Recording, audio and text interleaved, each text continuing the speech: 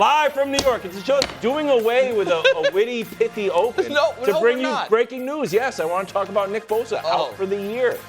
Are you ready to give up on the 49ers even more than you had already given up on them? I mean, they do seem snake-bitten, Brou.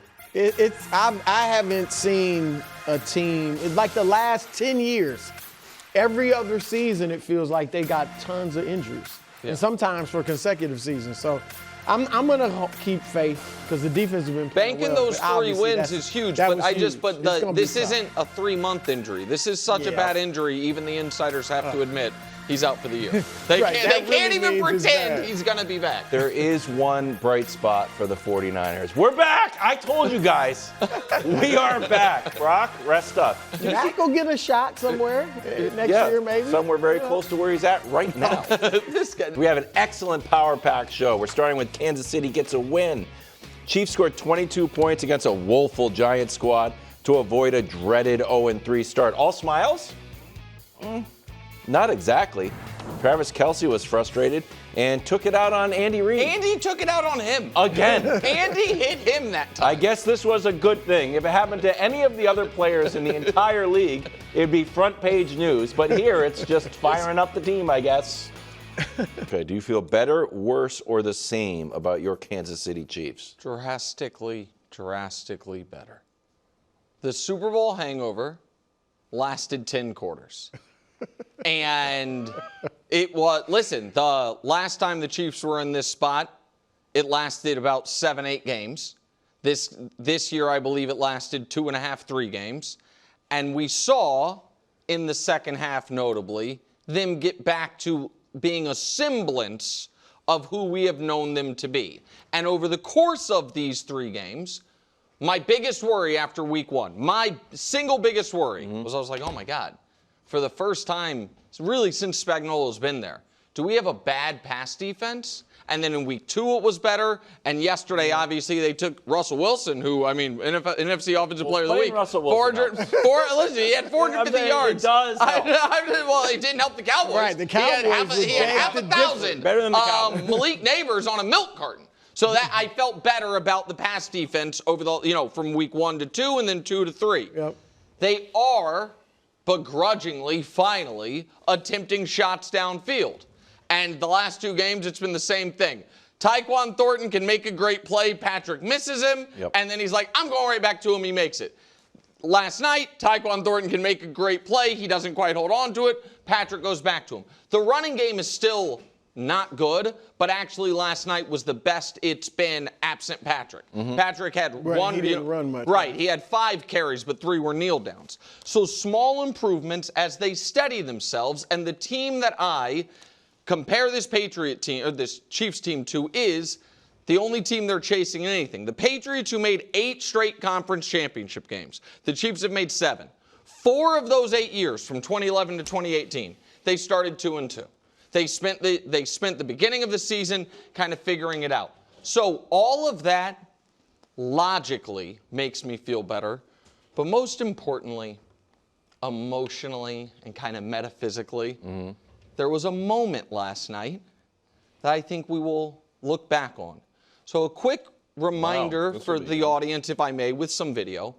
The one other time, the only time I said I felt worse about the Chiefs than I did after week 2 was the beginning of the 2021 season, when they'd gotten blown out by the Bucs in the Super Bowl, then got blown out by the Bills, then got blown out by the Titans, then they played a bad New York Giants team that they barely beat, and then they played the Packers and Jordan Love in an ugly, awful game to save their season.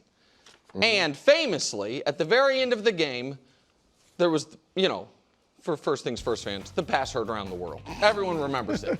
You guys, and it was that moment I came on TV the next day and said, oh, Patrick's out of his funk. The 2 high safeties didn't ruin his career. And the rest of the year, they lost 1 time en route to the AFC Championship game, which, to be fair, they did lose. And now this year, we have, instead of the pass heard around the world, we have the tackle that turned the tide. Patrick Mahomes, after Isaiah Pacheco turns the wrong way, he throws it backwards again with a play that I truly believe It's a game-saving might play. have, phenomenal if play. it's a game-saving play, it's a season-saving play. Yeah.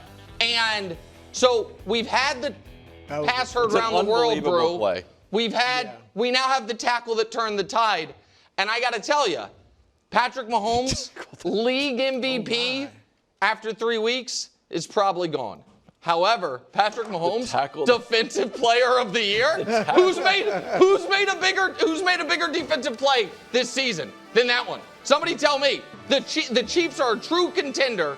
Their season might be over if that's a scoop and score. 0-3 dead. Instead, the quarterback with a forced fumble recovery. where we're at. I feel great. I feel we are so back, Brou. Where we're at. Yeah, this is where we're at. I could tell Nick was feeling good when I came there. Because, usually you walk down and Nick is just in his notes, in his phone, doing something. Yeah. And he was so talkative. He was so chatty. Yeah. He was reminiscing about that pass. His pass around the world. Tackle to turn the tide. So he is back. That play, I agree with a lot of what you said. I mean, that play was phenomenal. Usually I bristle when most quarterbacks are called the best football player in the world, because there's so many other things. And it was in a the game. terrible throw. But when I saw that, I was like, that's what came to my mind. Best football player in the world. He threw the ball backwards. No, that was terrible. And Pacheco's running the But wrong how way. many quarterbacks would have done that? I guess so. Like very few, I think. That is a very That was a generous- phenomenal play. It's a great play, but it's also No, it's No, I mean, that's based on obviously all the stuff he's done in the past. But I'm just saying, that was a great play. But to answer your question, I feel the same. What? Now, I was not the same as about the Nick. Chiefs. Okay. I wasn't as down as a lot of people were on the Chiefs. I was like, look, be patient. They're fine. I obviously wasn't writing them off. I agree with Nick. The second half, it looked like some type of switch was flipped, and they played much better. But I'm not ready after, one half of good football against a horrific Giants team to say the funk is over. Obviously, next week, we'll see what happens with the Ravens. Then they got Jacksonville. Jacksonville could be a good barometer. Yeah. If they beat the Ravens, obviously you're going to say they're out of it. But I thought it was a tale of two halves. And the first half, they just didn't look very good. Like, it was terrible. They had 7 penalties. That was a big part of it. Yep. Especially in the second quarter, they had 7 penalties. I checked it out. They only had 5 games last year where they had 7 or more penalties in the entire game. Yep. And 7 in the first. They only had 1 in the second half. So they cleaned that up. Obviously, Mahomes, the backwards passes obviously weren't great. But second half, he came out and threw the ball well. Not just running it and making plays, but he threw it well. I think you could look back at this weeks or months from now and look at this as good because he is developing something with Tyquan Thornton. If nothing else, their timing is developing, but also Thornton, I'm sure, is gaining more confidence. Like, he is the deep threat right now. Correct. So when Worthy gets back, when Rice gets back, now that's another weapon that you have. That's the other thing. We talked all last week assuming Worthy was going to play. Yeah. Not assuming, but and then it felt like he was going to play. And he didn't play. He will be playing against Baltimore. Fake news had his fake news is real. I can tell you that. He's going to play against Baltimore, and then use 2 more. You hold on for a few more weeks. Yep. And then Rice is back. KW, you seem like you feel like they lost, and so I think they definitely won. While you guys were talking, I was trying to come up with a nice way to tell this story, but I don't have a nice way. So again, this story is not going to be good. Do you want to hear it? No. Last time I said, well, good, I'll give it a shot. The last I said no. I don't know where that you went the last story. Have you ever been randomly around a celebrity that you don't notice? One time we were at the bar. Yeah, you guys thought that happened with me and Wayne Gretzky in Kansas City, but I knew it was Wayne Gretzky. I just played it so cool. I should have used that. I just played it so cool that Wilds was like, I don't think Nick knew that was Wayne Gretzky. I was like, Crowded I don't think he knew that I was Nick Wright. Crowded bar. World famous celebrity in this bar. Mm-hmm. Someone comes and be like, you know that's world famous celebrity? I said, where? Where that's world famous celebrity? Looks totally normal. That's the Chiefs. Yeah. I thought this was supposed to be this amazing person. looks totally normal. The Chiefs just look like any other team. That's totally true. What do they do great? Like, I don't know. They just look like any other team that played the Giants. And I know we're acting like the tackle that turned the tide perhaps did turn it. Chiefs this season, points, these are the last 3 games. Now, the first 2 teams they played were really good and have good defense. Okay. Points are largely the same. We're going to score around 20 points. The yards are around 300 total yards. Yards per play actually less against the Giants, a handful of bombs. Mahomes is not completing a ton of passes. Pass completion percentage is way down. Yeah, but last year's completion percentage, not only do I not care about it, I don't think you guys actually care about it. You just talk about it because last year, when we were talking about it being the worst year of his career, he had the highest completion percentage of his career. Completion percentage I think it depends on the other the other things. But I agree with you, Wilds. Right now, they don't. Right now, the only thing special about them is the uniform, and then who we know the head coach and the quarterback are, and the fact that they have for 7 straight years played their best football at the end of the year. To me, the point of yesterday was to make sure they didn't dig a hole they couldn't get themselves out of. Yeah. And so I'm not acting like they were played. Predicting a blowout. Right. I mean, it was almost a blowout. So, are you going to move on? Yeah, Okay, just real quick before we move on, because here's the one other thing, Brou. Because Wilds kind of, poo-pooed it.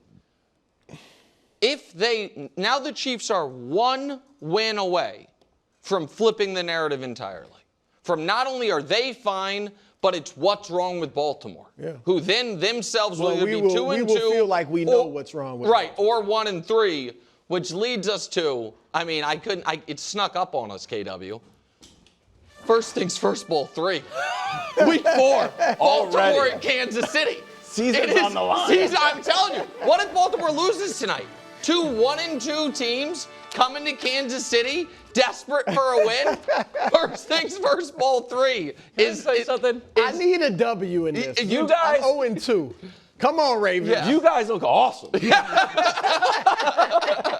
I don't know what's going on here. Nick definitely has somebody doctoring his situation. No, that's the Washington Post. They crushed it. Yeah, all right, go ahead. That's a great look. We got to leave that up there. Check in on the champs who found themselves in a huge second-half hole before Jalen Hurts and his much-maligned aerial attack led a comeback, capped off by a blocked field goal, which sealed the game for Philadelphia. Well, we got to invest in a small Steadicam. Gianna, can we invest in one of those small Steadicams? And send it to the Eagles. Send it to the Eagles to thank them for their wins.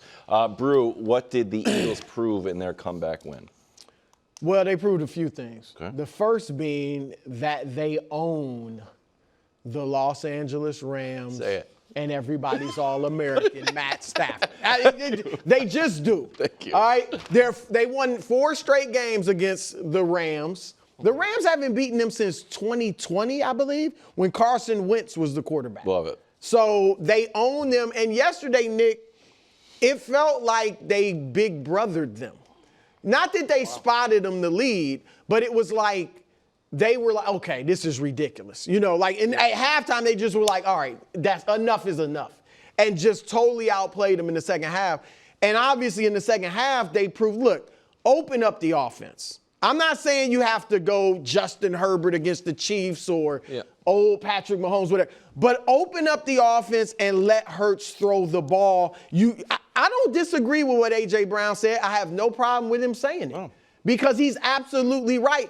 And that will open things up for Saquon. Saquon still, he had a few nicer runs in the second half yesterday, but still has not been able to get it going because the defenses are stacking the box and not thinking you're going to throw. So if Jalen's proven I can throw.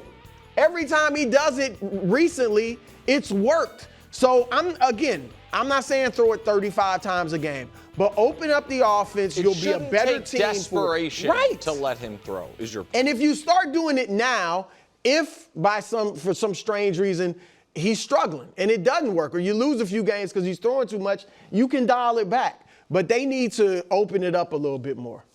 Here's Jalen's stats in just the second half after being down 26-7. 4 drives, 16 completions on 23 attempts, 200 yards in the second half, 3 touchdowns, no interception, passer rating of 137.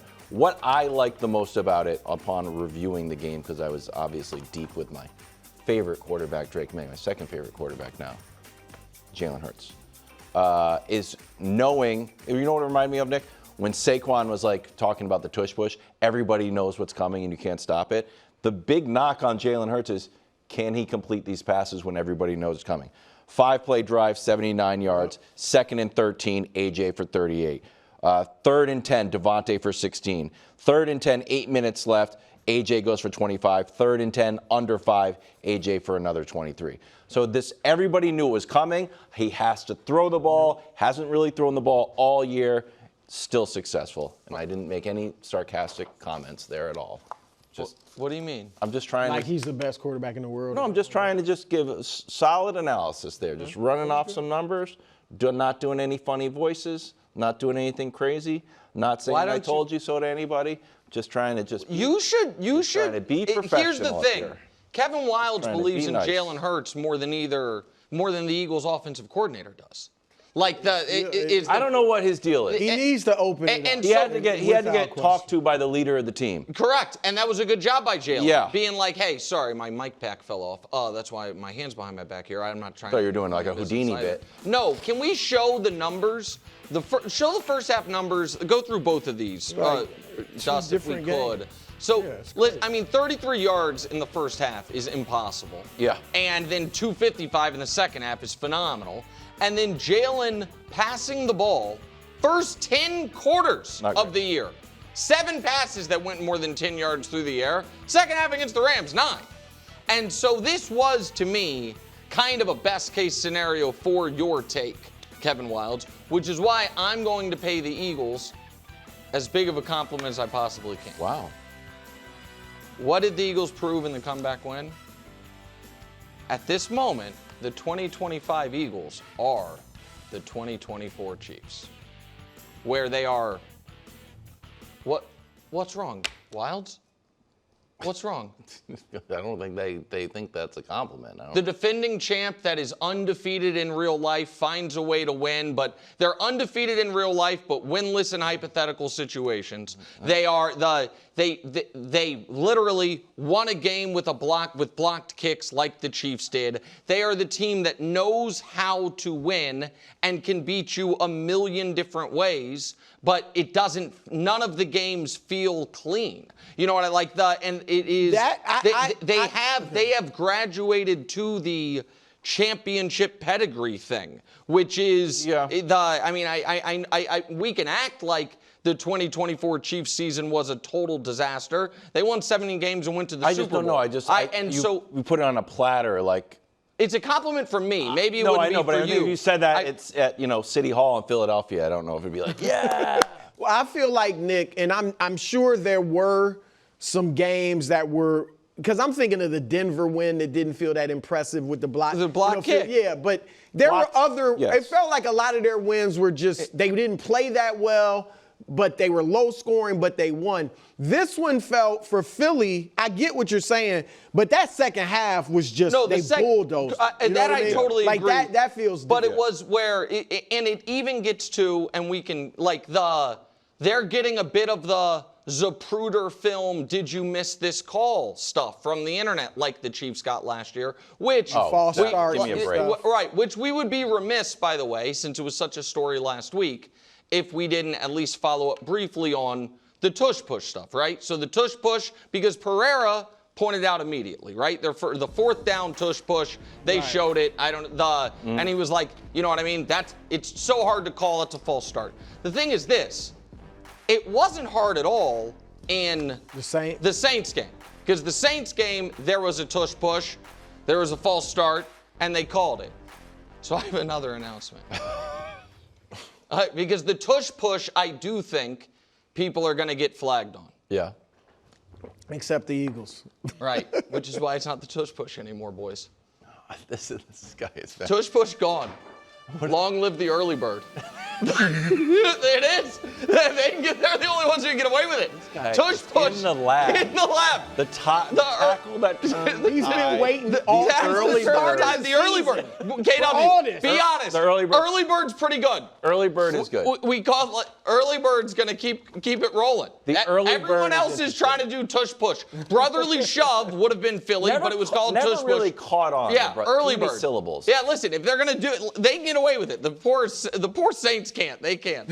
Eagles in Tampa Bay battle of the undefeated teams. That's in the going to be a NFC good next. game. Tampa's beating them last year. Yeah. But Tampa's last down week, everybody now. Packers were talking about going undefeated. Yesterday they were talking about losing to the Browns. Cleveland pulls off the upset 13-10. He's not on the Cowboys anymore. Keep going. Concerned about this Packers performance. The Browns who got blasted by 24 points a week ago in Baltimore. I was there. I watched it. The Browns who, Nick, have yet to score 18 points in a game this season. 18, including yesterday. The Browns whose quarterback has 2 touchdowns and 4 interceptions this season. That's who you lose to. I don't like it one bit. I love it. I love this. Why? I love it Now- because it is just what the doctor ordered. What? They win 2 games over 2 good teams, and now they got the offensive linemen talking about we want to go undefeated. Right? They saw themselves atop Nick's tiers and thought they had arrived. J-Lo was on Brou's ballot and thought he was the man. Yeah. They clearly went into Cleveland taking the Browns lightly. They felt like they were playing a college team because the way they got pushed around on the line of scrimmage on both sides, like they had been shutting everybody down in the run. I think the Packers defense was pretty The great defense in was this game. fine, Yeah. but they have been shutting everybody down in the run. I was talking about that every week. Oh, they got 2 yards of carry against the Packers. Yesterday, the Browns got 5 yards of carry, and the kid Judkins almost had 100 yards. So they ran. That proved to me when they ran on them. I get it. They didn't score a ton of points, but they don't have an offense that can score points, and they still were able to run the ball on the Packers. So to me, I'm serious. This is what they needed. They were a little bit cocky and thinking that, hey, we got Micah. We're the best team in the NFC. We've arrived, and now they know they got to get back into the lab. And J-Lo turned into J-No with that pass. Quickly, the thing about him, Nick, he had gone 9 games without an interception. Yeah, and usually he's streaky. I know. Right? But so let's see if this turns into another streak of interceptions or he fixes it real quick. So here's the deal. I don't really care about Micah's comment because I thought the defense was exceptional. The Browns had 3 points going into this moment, and the only reason they got a touchdown there, he returns it to the 4. You know what I mean? The Packers defense did its job. The Packers offense struggled the whole game, and then despite that, all you have to do is not turn the ball over. Right. It's if you go incomplete there, that's fine. You are punting to Joe Flacco to go 80 yards on the Packers defense. He's not going to do it. So this to me was just confirmation that my take when the Packers trade for Micah Parsons, I will double down on it. The most intriguing person in the NFL this year is that guy, Jordan Love. Because if he can just be steady and good, they can win the championship. But that type of mistake, to me, Brou, you're talking about as a wake-up call. I look at it as a flashing red light. Like, that was concerning. That's the only way you lose that game. Cowboys went to Chicago, got cooked. Dak threw 2 interceptions. Matt Eberflus's defense got gashed for the 2nd straight game. Your Cowboys this season, here's the defensive ranks without Micah Parsons. 28th in points, 30th in yards. Passer rating 31st and dead last in third down. It's almost like the defense that for 4 years was the worst in the league when Micah wasn't on the field is playing whole games without Micah on the field. All right, we are looking live at the question mark beneath which Is it some really a sort. question? Well, we never know. Yeah, Brou, sometimes Never know. you do a whole preamble and then you're like, and that's why they get C minus. Well, We have no clue. Allow me to do my preamble. Please. Here we go. Look, I really thought they were going to win this game. Going into it, I thought they were going to. When they gave up 450 yards to the shell of Russell Wilson, I should have known better, right? But, Nick, you said it. The Cowboys are proof that EPA is a legitimate statistic. I mean, the last 4 years, EPA has said that they are the best defense in the league with Micah Parsons on the field and the worst defense in the league without. Yep. They are the worst defense I've seen in years. Like every one of Caleb's 4 touchdown passes, I'm not taking anything away from him, but the receiver was wide open. Every single one of, and a few of them, nobody was within 15 yards. One was a flea flicker. People were flea flickers. It was. And Ben Johnson did a great job calling plays in the game. But Didn't even need a tush push. And then offensively with Dak, I heard he was playing as better than any quarterback in the league. That's what people were saying. People were texting me after I said that's ridiculous on the air. And he has his 2 interceptions. I know one of them wasn't his fault, but then George Pickens. How you drop that ball? You know, that interception. The one bright spot was Javonte Williams, who I've always liked. Privately. 10 totes, 76 yards. But even he fumbled. So even the bright spot. You gotta just give me that. guy Just pulled took Mahomes it from me. Just took it from me. So even the bright spot turned out to not be a bright spot. So that leads me to the bottom line, which everyone wants to see. It's an F. You know it's an F. In fact, it's such an F that I got to hear from my boys. Oh, we have a button? You know what the button does, the F button? Hey, Jerry, I got a question. Hey, Jerry, one simple question. Where's Micah? Where's Micah? That defense versus the run versus the pass. So man was another F game. F game, F game, F game. Woo. All right. You joined in. Absolutely. Excellent job. Excellent work. Better work than the Cowboys. No good. F game Show already. has peaked yet again. Downhill. I want to let Greg, As always. I want to let Greg go, so I'm just going to add something.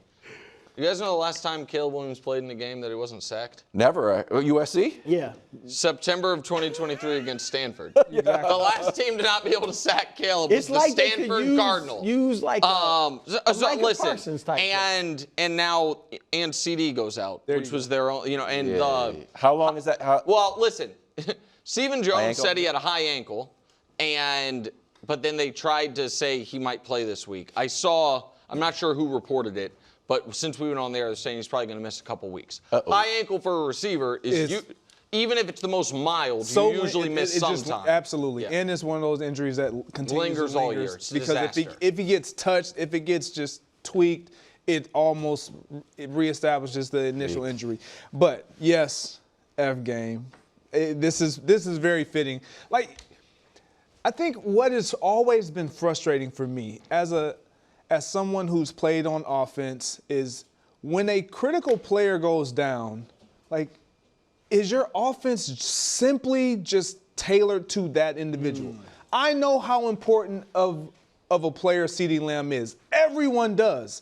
However, you have to have a counterpunch. You have to have a plan in place if something were to happen. And it's like when CeeDee Lamb went down, it's over. He's so heavily relied on to produce and to create opportunity for everyone else that there's no way this team is going to have success. So when Jerry's asked, still believe we're a playoff team? No, not when the one thing that you have going for you, because he said number 4 is out there. Well, yes, number 4 is out there, but if number 88 isn't out there with number 4, it doesn't matter, especially with the numbers that we're seeing with this defense. Look, it was terrible. Yeah. It was terrible. This is fitting. I would have given them because I'm a little soft sometimes because CD is a receiver, and I know the value of receivers is great. He's not a corner. So you would have given him I would have a D? given him a D because No, the Cowboys' They defense still had is enough- yeah, unplayable right now. they- And I mean, Diggs is not himself, and he's hurt. Bland is hurt. They don't have the horses on defense, and they can only win shootouts. And without CeeDee Lamb, they can't win shootouts. It's going to be a bad. If the Packers, Micah comes to town it's next gonna be week. Oh, next week without Off a CeeDee loss? is going to be a disaster. man. It's Disaster. not going to be good. On the other side of the ball, Caleb just came alive, just short of 300 yards, throws 4 touchdowns, tallies a passer rating of 143. The Bears locker room fired up. They counted the preseason game, Brett. Caleb yesterday completed 68% of his passes, again, just short of 300 yards. But career best yards per pass, touchdown to interception ratio. Nick mentioned he was never sacked. And the passer rating, according to Ben Johnson, 142.6. I would have rounded up in the locker room. Sure. Just saying. Nick, are you back in on your guy, Caleb? I never gave up on Caleb. What are you scoffing about, Brou? You dropped him like a bad habit. No, I would expect you, of all people, Brou, to respect this. I was trying to be kind to my dear friend Danny. Exactly. In fact, as is written in 2 Corinthians, verse 9 and 10, give what you have decided in your heart to give, for God loves a cheerful giver. I thought you, of all people, would understand that I was just trying to do right. I love you getting into the word. Appreciate And that. I expect that to And God continue. is able to bless abundantly. Verses 10 and 11. I assumed that would be thrown in my face. My God. Listen. This is the type of game that I thought he would have last year. Yeah. And then In the NFC title game. well, yeah, maybe. That would have been great. And yes, everything has to be reverse curved against this Cowboys That's what I'm trying defense to at this figure out. point. But still, that not getting sacked, I think honestly, and Greg, you can tell me if you think I'm being too kind here. I feel like Caleb last year, the moment the flea flicker toss back to him is off, he's looking to run or throw it away. You know what I mean? Like, he was almost too cautious last year with not making a mistake. And the fact that he had, courage is the wrong word, but you know what I mean? He was like, no, we're going to stick with it. Yep. And that is, I understand Burton hasn't beat, but that's a hell of No, it a was a throw. great throw. A hell of a absolutely. throw. It was about 60-something yards. in And the so air, yeah. he now, again, if he's going to be graded against the people in his draft class for this season thus far, he's been the best one. Now it's Jaden missed a game, and Drake, has, I think, actually played well, just makes a lot of mistakes. Penix was terrible. Yeah. McCarthy's hurt. I'm leaving. Bo Bo Nix. Nix has been, I think, mediocre. Yeah. But, like, this is a hugely positive sign. And as Danny's talked about, Greg, now they win next week, which they're supposed to. You're fine going into the bye. You're settled and you're fine. You've seen the week-to-week progression that you hoped under Ben Johnson. Yeah, this was very positive. It was like the perfect storm. You kind of alluded to what Dallas gave up the prior week against the Giants and Russell Wilson. Yeah. It's like, as a player, you see these games and you're like, there's no way they're gonna play us like that. If they do that, I'm going crazy.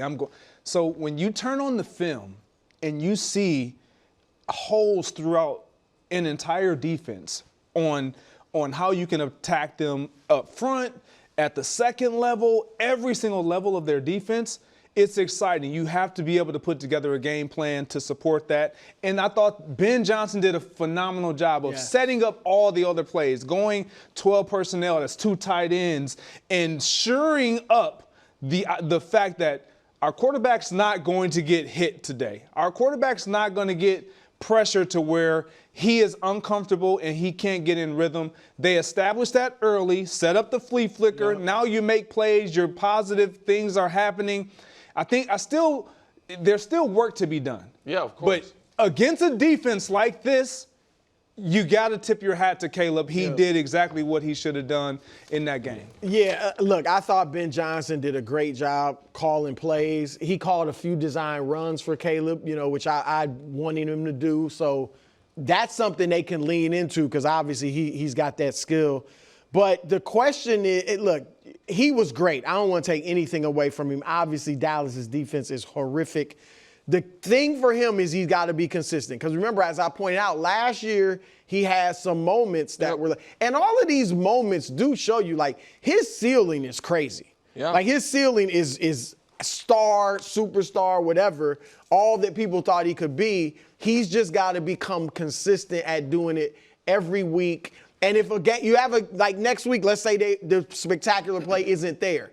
He's still got to be on time, not make the mistakes. He still missed some of those. Yeah, he missed a few throws. But next week is just such a massive game for the Bears. It really is. But it's by any means, it doesn't matter how they win, because if they can beat the Raiders next week, they then have a bye, and then who do they play coming out of the bye? The team that ended their season last year, the Commanders. The whole Jaden Caleb, the Hail Mary, the whole thing. And so you have extra time to prepare. They just got to beat the Raiders. Coming up which next. is hard to do. I mean, Greg Jackson steals the show. Talking Chargers and Colts next on First Things First. A little bit of F game. All right. You joined in. Absolutely. Excellent job. thanks for watching. Subscribe here to get more from the show and to check out clips from other shows on FS1.